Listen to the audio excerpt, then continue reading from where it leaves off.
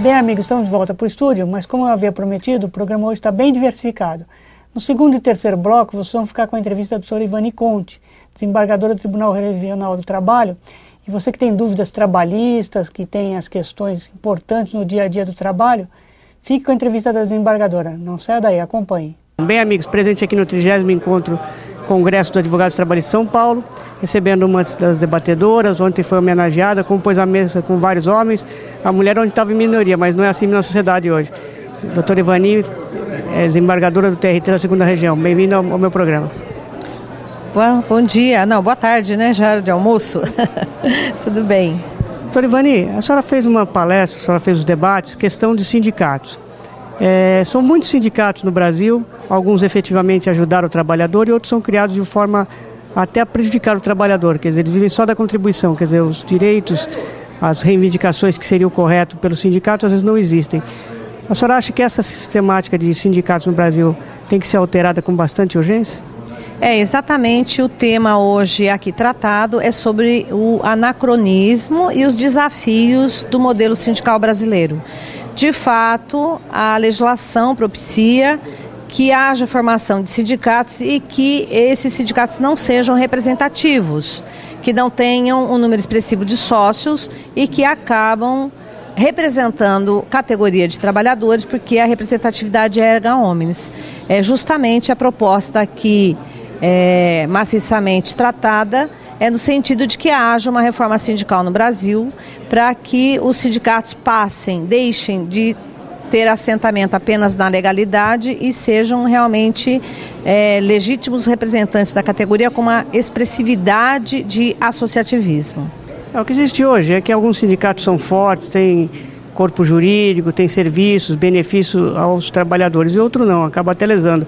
Às vezes o trabalhador vai confiando num sindicato que tem um departamento jurídico e não é bem assim que acontece, e às vezes prejudica o trabalhador.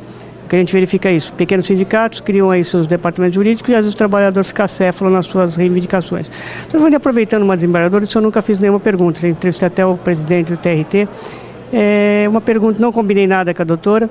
A questão que tanto se briga o Peron, presidente da Associação dos Advogados de São Paulo, na questão dos honorários advocatícios. Alguns são favoráveis, alguns são contra. Sua posição, como desembargadora, como julgadora, e às vezes acaba voltando até os quadros da ordem, advogando depois que aposenta, nessa questão dos honorários. Alguns entendem que os 30% já fazem jus ao trabalhador, e outros entendem que tira uma fatia do trabalhador quando ele consegue alguns benefícios na Justiça do Trabalho, quando ele consegue ganhar a sua ação, e depois ainda tem que pagar de 20% a 30% de honorários. Como é que a senhora vê essa questão que os advogados vêm discutindo há muitos anos?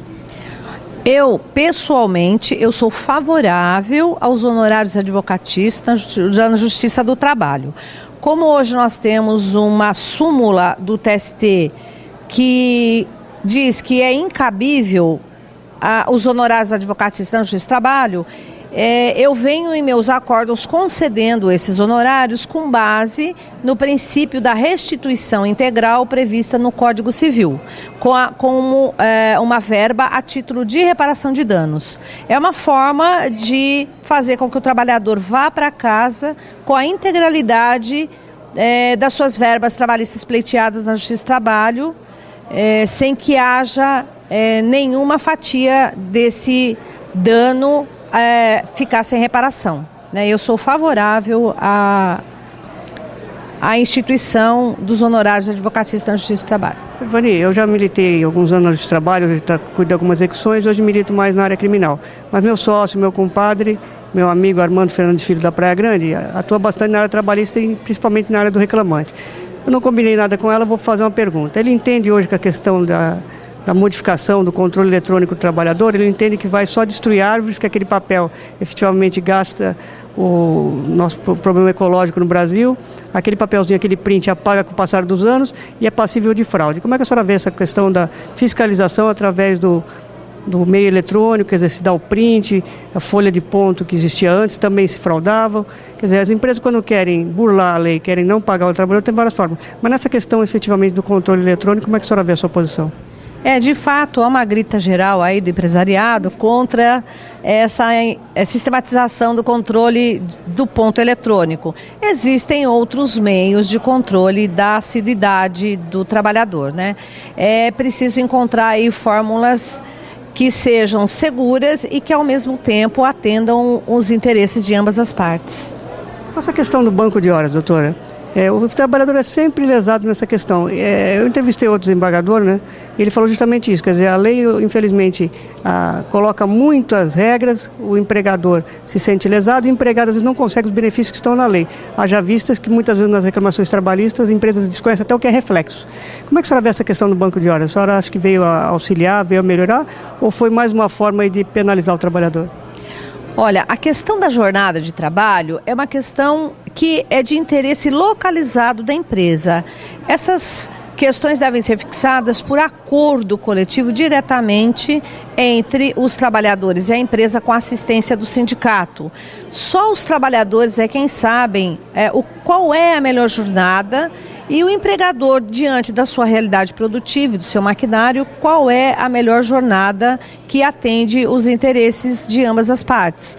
Eu penso que banco de horas é salutar, mas nós devemos ter bancos de horas com compensações de jornada em módulos não muito extensos. Por exemplo, eu penso que módulo anual é muito exagerado. Poderia ser um banco de horas de compensação de jornada em módulos mais curtos, né? E com regras muito claras, para que o trabalhador entenda muito bem o que ele está acontecendo e sempre, evidentemente, fundado no consenso, num quórum qualificado de uma assembleia onde a maioria delibere. Bem, amigos, estamos de volta para o estúdio. Estão gostando da entrevista da doutora Ivane Conte, desembargadora do TRT? Então, no terceiro bloco, vocês ficam com a segunda parte da entrevista. Não saia daí, voltamos já.